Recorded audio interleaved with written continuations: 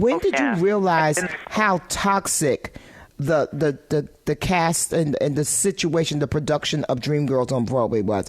When did you start to realize it was a toxic environment? Oh, when you couldn't, when people you sometimes thought you could depend on, you couldn't depend on those people because they really didn't have your best interest at heart. They had their best interest at heart.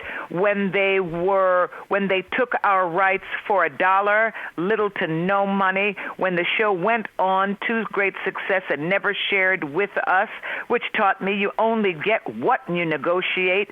So the art of negotiation is very important for an artist at all levels, and never ever sign anything until you have a good lawyer to read it for you, or at least a legal assistant to give you some direction. Don't give up your rights.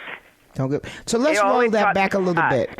Let's roll that back a little bit. So you mentioned that you gave up your rights for $1, but as traditionally, as an actor, as someone who's playing a character, why would you be entitled to any of the rights of the success of the show? Because there was no script. It was written through improvisation. We were given ideas and then we performed.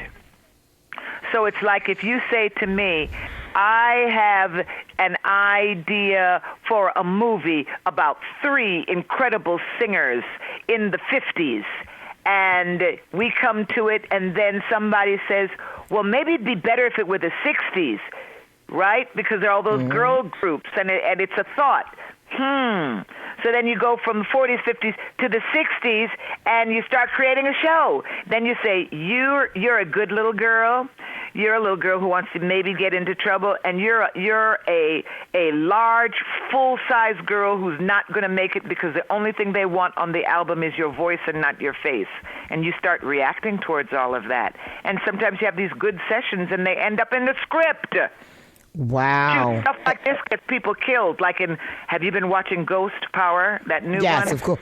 Somebody's about ready to get hurt, baby. Right, I know. The lines. But I don't want to talk about Power. I don't want to talk about Power. I want to talk about you. I'm sorry. I want to talk about you. So Michael Bennett, who is much revered and seen as an icon and a real visionary on Broadway, you feel as though Michael Bennett was a part of the problem? I don't feel as though. Of course he was. He set it all up. He set the reality up, and it became real.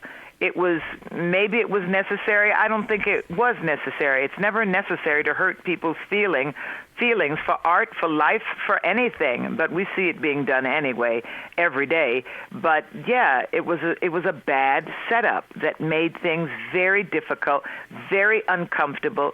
But the fortunate thing for me is I grew from it.